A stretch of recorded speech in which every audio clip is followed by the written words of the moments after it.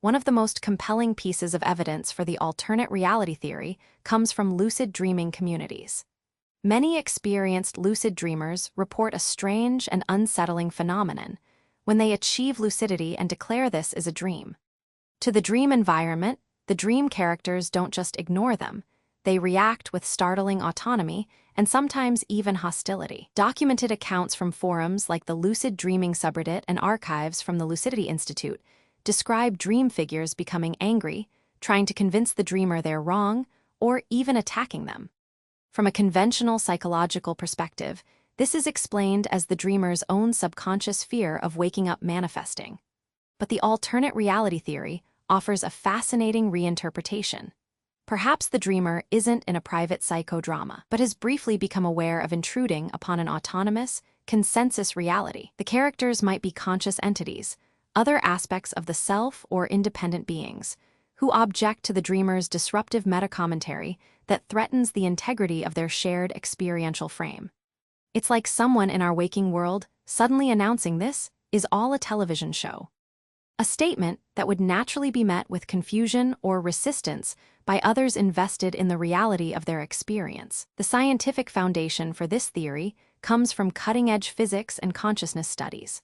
While mainstream neuroscience, exemplified by researchers like J. Allen Hobson and his activation synthesis model, views dreams as biologically constructed narratives, other thinkers propose more expansive models.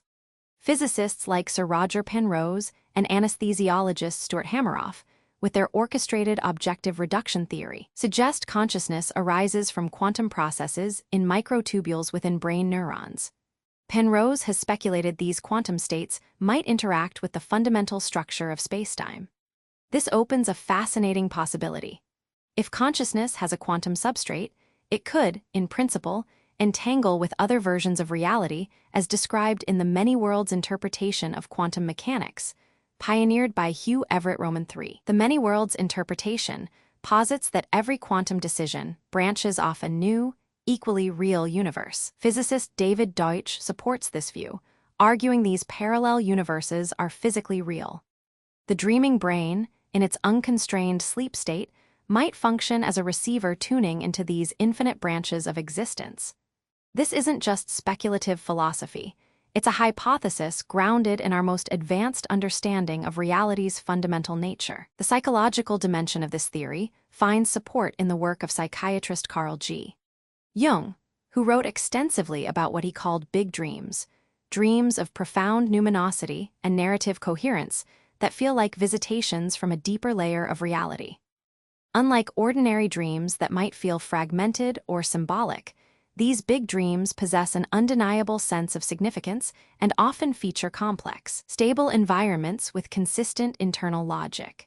Jung theorized about the collective unconscious, a transpersonal psychic layer housing archetypes and experiences beyond personal memory.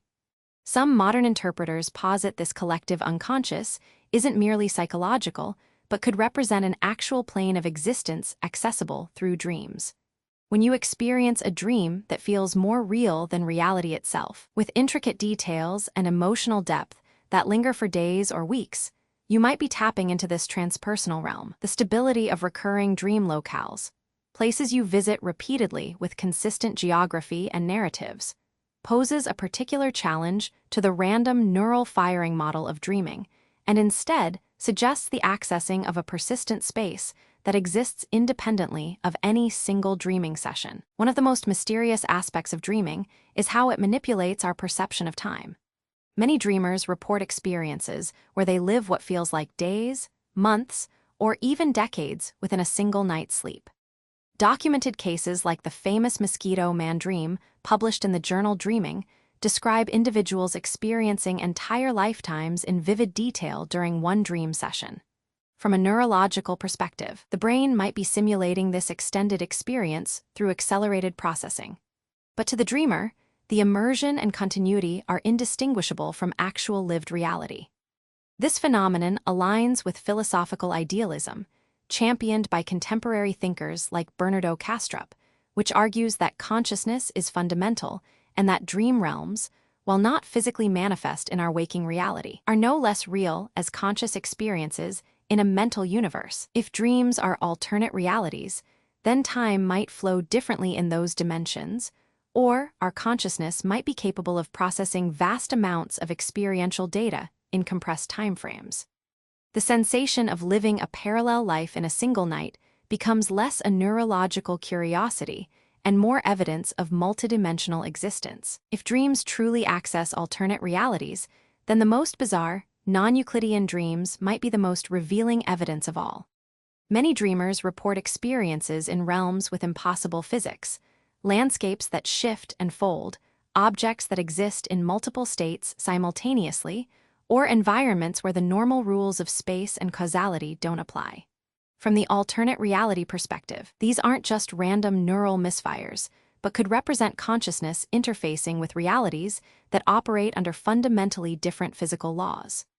Physicist Andre Lind, a pioneer of inflationary cosmology, has entertained the idea that different universes in the multiverse could have entirely different physical constants and laws. Our dreaming brain, acting as a translator, might render these experiences as weird or abstract because it lacks the proper sensory and cognitive framework to interpret them coherently. What we experience as surreal dream imagery might actually be our best approximation of truly alien environments. This explains why some dreams feel so profoundly otherworldly. They might literally be glimpses of realities where the basic building blocks of existence are different from our own. Under this theory, the lucid dreamer, or one-aeronaut, transforms from a mere observer of internal phenomena to an actual interdimensional explorer. Lucidity isn't about waking up to an illusion, but rather achieving dual awareness, holding the consciousness of your waking self while being fully immersed in a parallel reality. The brain may function as an antenna and translator rather than the source of these experiences.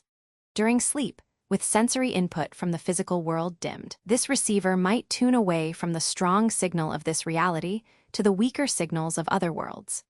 The brain's existing memory and personality structures would then filter and interpret that multidimensional data, which explains why we often encounter familiar people and themes, albeit in novel configurations. This perspective doesn't necessarily negate neuroscience, but expands it. The biological brain might be the interface through which consciousness accesses broader realities. The dream character backlash mentioned earlier could be a protective mechanism for that reality's continuity, or simply the natural reaction of any conscious entity to another declaring its context is unreal. You're not just dreaming, you're visiting.